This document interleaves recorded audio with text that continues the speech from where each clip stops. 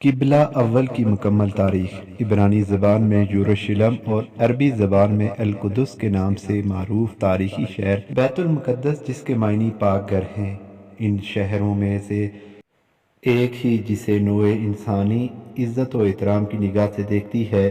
اس شہر کا ذرہ ذرہ مقدس ہے۔ اکثر انبیاء علیہ السلام اسی شہر میں مبعوث ہوئے۔ حضرت داؤد علیہ السلام، حضرت سلیمان علیہ السلام اور کئی دوسرے انبیاء بھی یہیں مدفون ہیں۔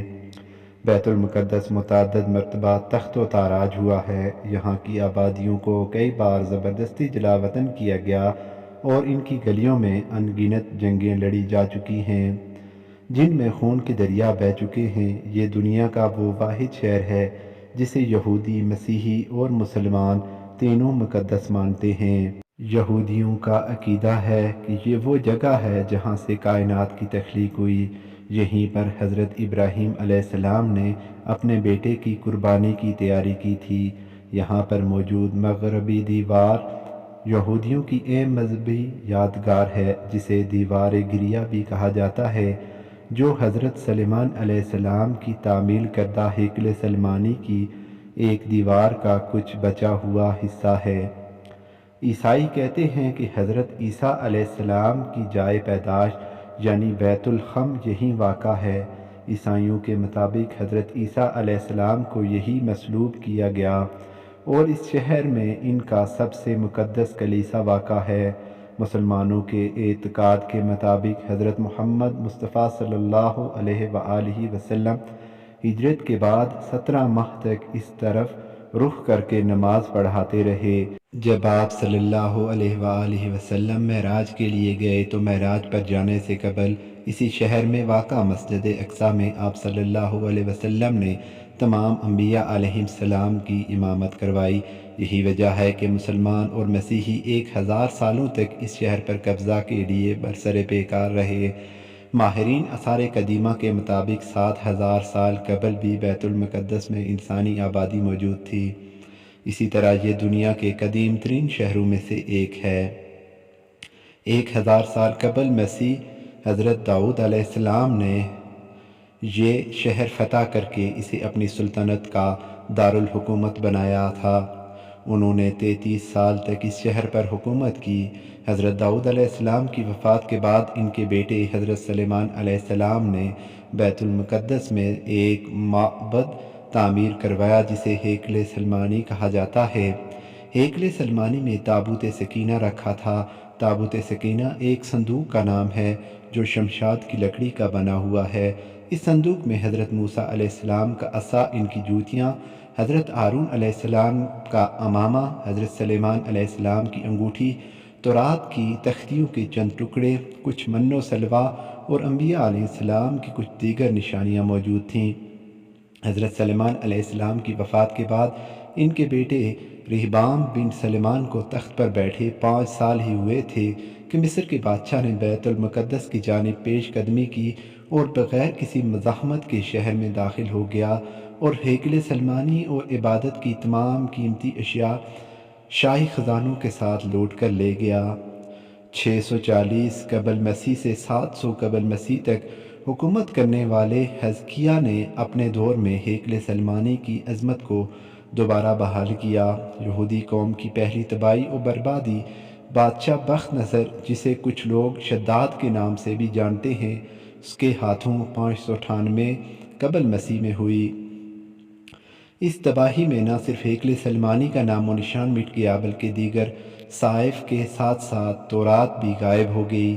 بخت نصر کے اس حملے کے بعد تابوت سکینہ ایسا غائب ہوا کہ آج تک اس کا سراغ نہیں لگایا جا سکا۔ 539 قبل مسیح میں ایران کے پہلے کسریٰ سائرس دی گریٹ نے بابل کو فتح کیا تو اس نے یہودیوں کو اپنے وطن واپس جانے کی اجازت دے دی۔ چنانچہ جب یہودی بیت المقدس واپس آئے تو انہوں نے ہیکل سلیمانی کو دوبارہ تعمیر کیا۔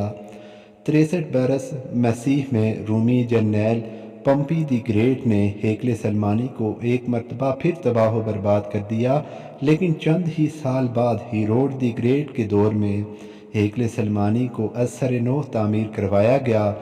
70 عیسوی میں جب رومی شہنشاہ یروشلم شہر میں داخل ہوا تو اس کی فوجیوں ٹائٹس نے ہیکل سلیمانی کو جلا کر راکھ کر ڈالا اور یہودیوں کو چن چن کر مارا۔ 135 عیسوی میں جب یروشلم کی یہودیوں نے رومن سلطنت کے خلاف بغاوت کی، تب اس شہر کی زمین پر ہل چلا کر اسے ویران کر دیا اور یہاں بسنے والی اکثر یہودیوں کو غلاموں کی منڈی میں فروخت کر دیا۔ یہودیوں سے نفرت کی بنا پر رومن باشندوں نے ہیکل سلیمانی کی جگہ کوڑے کرکٹ کے ڈھیر لگا دیے۔ رومن عہد میں ہیکل سلیمانی اور یہ شہر اس طرح کئی صدیوں تک کوڑے اور غلاظت کے ڈھیر میں ڈوبا رہا۔ 638 عیسوی میں مسلمانوں کے دوسرے خلیفہ حضرت عمر فاروق رضی اللہ تعالی عنہ کے دور میں مسلمانوں نے رومن امپائر کو شکست دے کر بیت المقدس فتح کیا تو اس وقت یہاں یہود کا کوئی معبود نہیں تھا۔ حضرت عمر فاروق رضی اللہ تعالی عنہ کے حکم سے یہاں ایک مسجد تعمیر ہوئی، یہی مسجد مسجد اقصیٰ کہلاتی ہے۔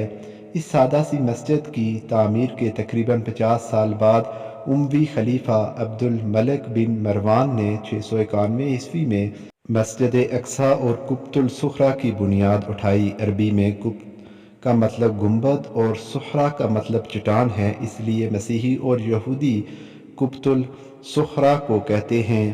دنیا کے 3 بڑے مذہب ڈوم آفراق، اسلام، عیسائیت اور یہودیت کے لیے یہ چٹان انتہائی تقدیسیت کی حامل ہے۔